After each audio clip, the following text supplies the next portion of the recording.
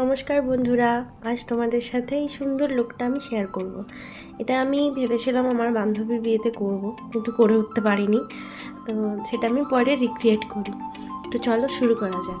আমি প্রথমেই আমার আন্ডার আইটা আর লিপের নিচেটা মানে চিন পোর্শনটা একটুখানি হালকা কনসিলিং করে নিয়েছি।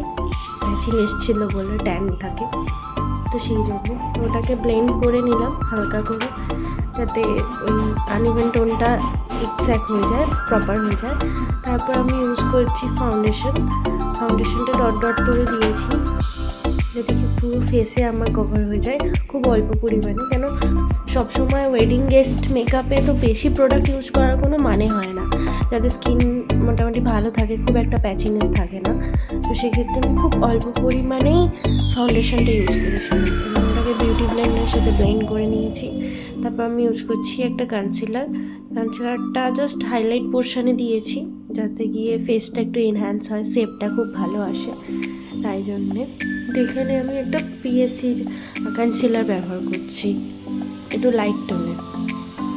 খুব একটা মেকআপ তো আমার মুখে যায় না, তো তাই অল্পের উপর দিয়ে যতটা ভালো লাগে ততটাই করার চেষ্টা করেছি। এবার আমি কন্ট্রোল করছি, পাউডার কন্ট্রোল। কোনো ক্রিম কন্ট্রোল দেওয়ার কোনো প্রয়োজন নেই, একগাদা মেকআপ করার তো দরকার নেই পার্টি মেকআপে বা এরকম হালকা ফুলকা মেকআপে ভালো লাগে।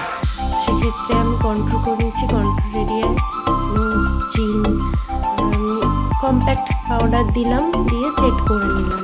কেন কি লুজ পাউডার দেওয়ার কোনো প্রয়োজন পড়ে না, অনেকটা হেভি লাগে। তাই জন্য কম্প্যাক্ট পাউডার দিয়ে একটা ন্যাচারাল বেসের সাথে পুরো কমপ্লিট করে নিলাম। তারপর ব্লাশ দিলাম এবং ব্লাশের পরে আমি হাইলাইট করে নিলাম ফেসটা।